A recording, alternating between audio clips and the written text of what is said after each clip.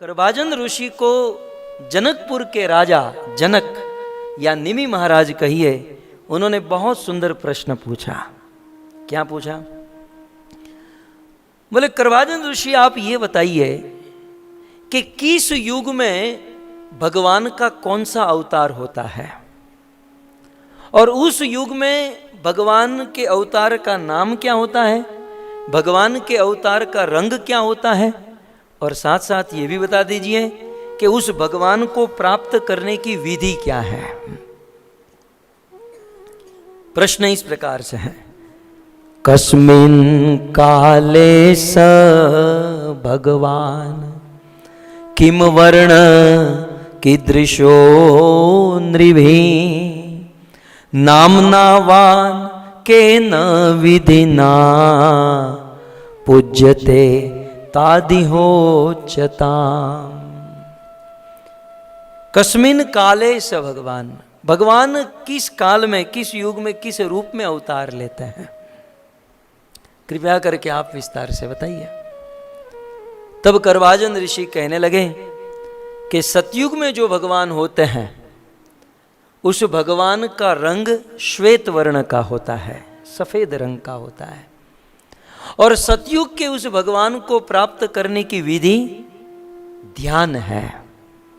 सतयुग में भगवान कैसे मिलेंगे? ध्यान करने से। ठीक है, सभी युगों की अलग अलग विधि बताई गई हैं और मानी गई हैं, और उसी विधि से भगवान मिलते हैं, हम सफल हो सकते हैं।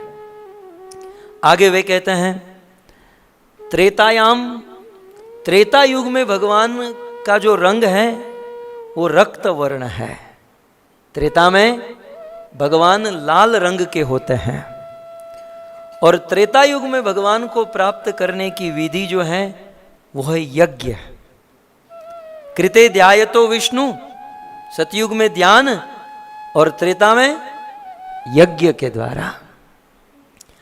द्वापर युग में जो भगवान है उस भगवान का रंग है श्याम, घन श्याम, जैसे गोपीनाथ जी का है।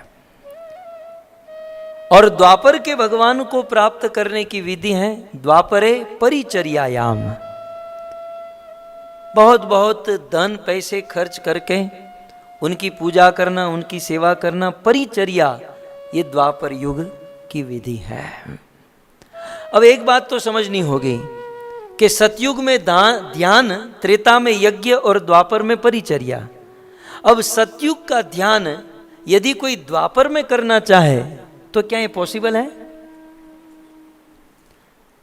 सतयुग में ध्यान में यद्यपि बहुत मेहनत है और परिचर्या में इतनी मेहनत नहीं है, लेकिन फिर भी यदि कोई ध्यान सतयुग का साधन द्वापर युग में करे तो ये सफल नहीं हो सकता। वे वैसे ही होगा जैसे किसी डीजल पर चलने वाली कार में कोई पेट्रोल डाल दे।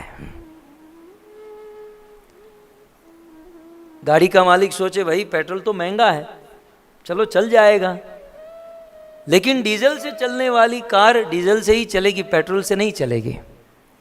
वैसे सतयुग में भगवान ध्यान से मिलते हैं तो ध्यान ही करना होगा। अन्य साधन कर सकते हैं लेकिन सफल नहीं हो सकते। त्रेता में यज्ञ, तो यज्ञ से ही भगवान मिलेंगे, वहां ध्यान सफल नहीं हो सकता। और द्वापर में परिचर्या। तब निमि महाराज बड़े एक्साइट हो गए और स्पेशल उन्होंने कहा, महाराज आपने 3 युगों का बता दिया, कलयुग का बताइए। काम की बात अब आ रही है। कलयुग में कौन से भगवान है? पहले तो ये बताइए कलयुग में किस रंग के भगवान है? क्या कलयुग में काले रंग के भगवान हैं?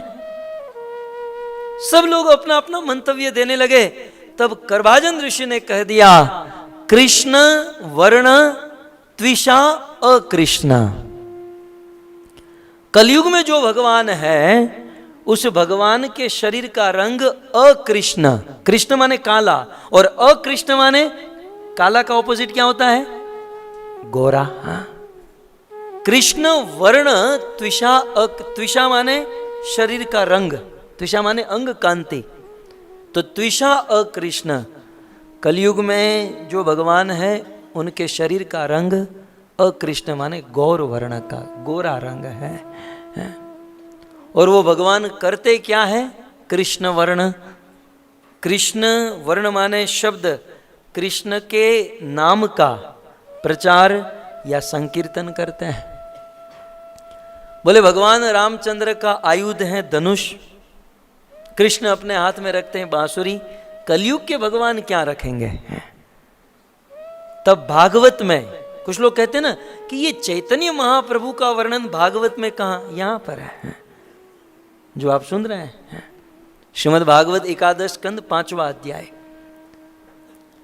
बोले कलयुग के जो भगवान है वो धनुष बाण तलवार भाला क्या लेकर आएंगे? तब करभाजन ऋषि ने कहा कि संग उपअंग सांगो पांगास्त्र पार्षदम, कलयुग के भगवान का कोई आयुध नहीं होगा। कलयुग के जो भगवान है उनके संग उपअंग, उनके जो पार्षद है वही उनका आयुध होंगे। कलयुग के भगवान के जो पार्षद है, पार्षद कौन है? मुख्यतः जिसे हम कहते हैं पंच तत्व। पंच चैतन्य महाप्रभु, नित्यानंद प्रभु, अद्वैत आचार्य गदाधर पंडित श्रीवास,